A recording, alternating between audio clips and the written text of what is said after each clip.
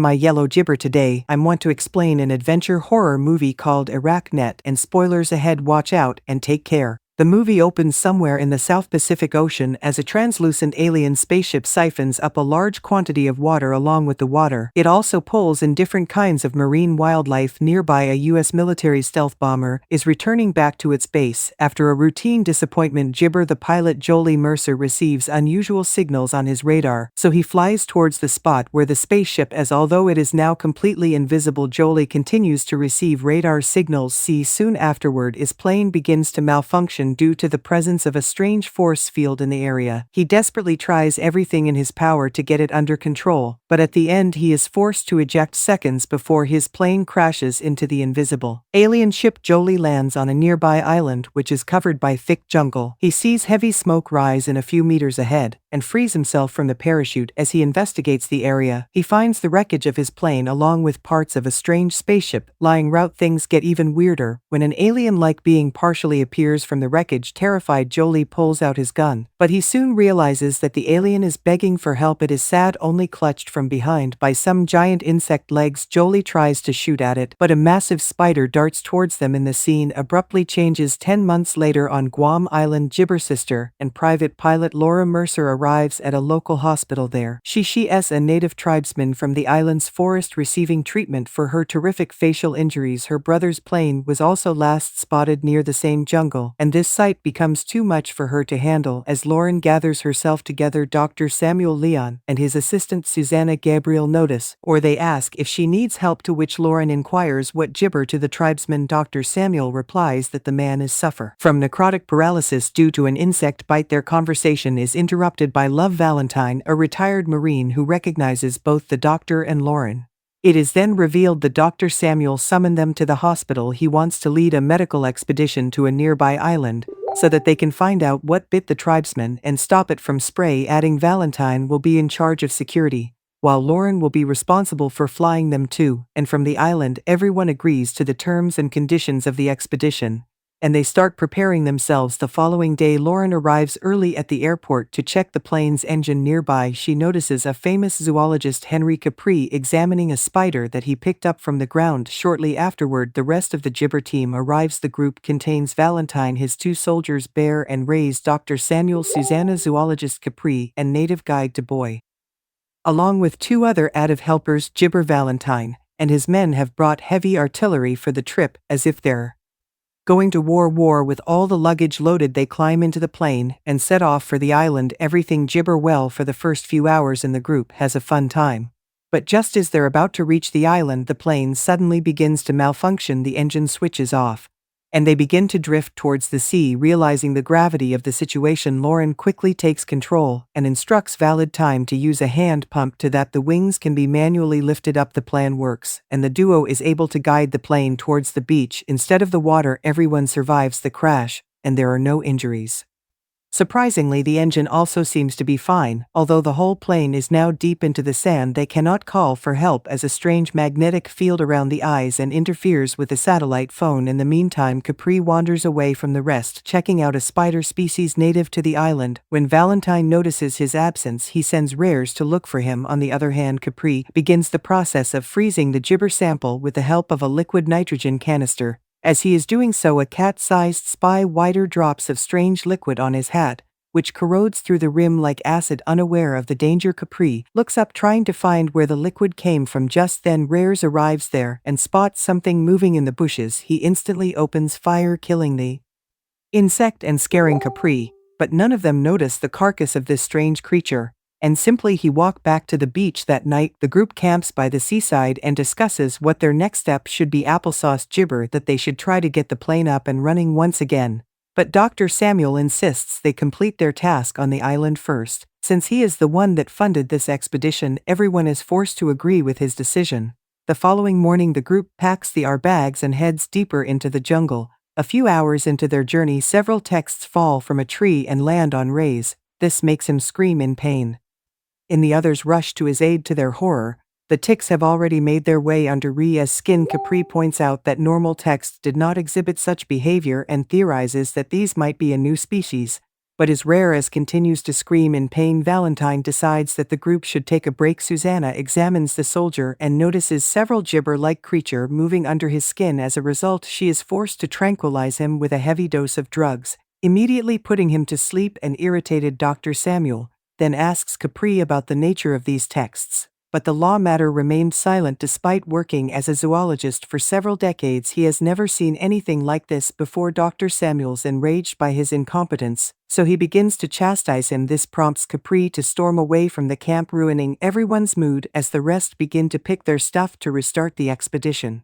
Lauren finds Capri nearby and consoles him. She tells him about her first flight and how horrible it went. Furthermore, she reveals that she's been reading Capra's book on spiders that he gave her at Guam airport. This lifts up his spirits, and the duo make their way back to the rest of the group. Shortly afterwards, they reach a hole that appears to be inhabited by a single mass of spider. Valentine adds that this hole is a part of a tunnel gibber built by the Japanese during the Second World War. Furthermore, Capri finds a spider making its web on a tree branch completely exposed to sunlight. He is bewildered as this species is typically only found deep in caves. Hence, he captures the spider for further examination, and the OOP presses on with their journey. A few hours later, they arrive at a village deep in the forest. The village is home to several native families, but currently it gibber to be deserted. Nonetheless, Spare puts us down on the porch of one of the houses, and Capri begins to examine the spider specimen he captured. To his surprise, spider seems to have evolved and developed a hard exoskeleton.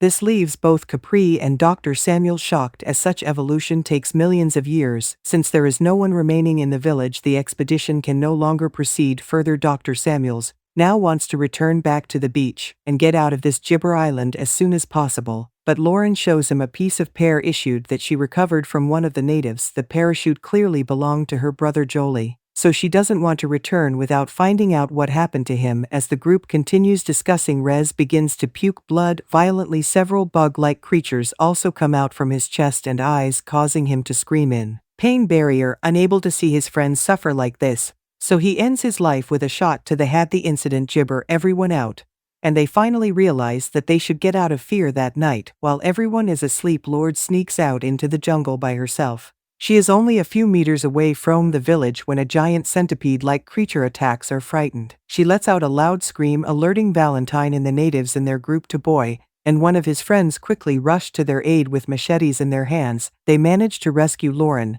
but the native is caught by the creature. It directs him up a tree and begins to strangle him up before it can finish him off. Du Bois hacks the creature's tail, prompting it to drop the native on the ground. They then quickly return to the village, where the rest of the group is ready with guns. Later, while everyone is trying to make sense of what's happening, Lauren finds a piece of military bag belonging to her brother. This finally makes her realize that he's no longer alive. The piece of parachute didn't do it, but the piece of gibber does. Disheartened, she tells Valentine that she only agreed this expedition so that she could look for her brother. Shortly after, Capri examines the tail of the centipede-like creature that Du Bois had managed to hack off. He has never seen anything like it before, as the creature seems to be a crossbreed between several animals. Gibber then theorizes that all the beings on this island have evolved to become apex predators. Upon her earring, Miss Valentine decides that the expedition has gone way too long, so they will return back to the beach the following morning. But when the sun gibber the next day, Capri is nowhere to be found. Irritated, Valentine asks Bear and one of the natives to climb up the nearest tail to find a network signal. The rest of them then proceed to look for the missing zoologist, and for originally Baron, the native men aren't able to reach far as they're attacked by yet another creature. Bear opens fire, but the creature spits acid, killing the native man before fleeing elsewhere. Capri reaches a clearing where the surrounding trees are completely covered in spider webs. This papaya him out, gibber them to stumble to the ground. He then spots the carcass of the centipede-like creature that attacked their camp last night. Just as he wonders what kind of an animal could have killed this, a giant spider drops from the tree above and attacks ship. After a while, the rest of the group also reaches the clearing. They're shocked to find Capri entangled between two trees with his body covered in spiderweb, while his head is still free. Anxiously reveals that a gibber spider attacked and injected him with a venomous neurotoxins. Because of this, he is feeling lightheaded and numb. Capri's body is also fused with the web, and now he's a living host for the gibber eggs. With no other option left, Susanna injects Capri with morphine so that he dies a painless death. The group then discuss meow when gibber massive spider arrives at the scene. This prompts everyone to run for their lives, but Dr. Samuel is unfortunately caught and devoured it, then goes after to Boy, while Lawrence, Susanna, and Valentine manage to run away in the next scene. The trio reaches an abandoned military gibber deep in the jungle. They quickly lock the door behind them. The giant spider climbs on top of the outpost. Susanna realizes that they are running out of ammunition, but they are forced to shoot when the spider breaks in through one of the windows, now with no bullets left in his gun, and Valentine leaps at the beast with his knife. However, he is no match for the sheer power of the giant spider. It gibber to drag him away from the post, but just as it's about to has had Lauren shoot its eyes, 'tis causes the creature to let out a terrifying screech and momentarily retreat. The two women then drag the injured Valentine to a small cabinet in the outpost.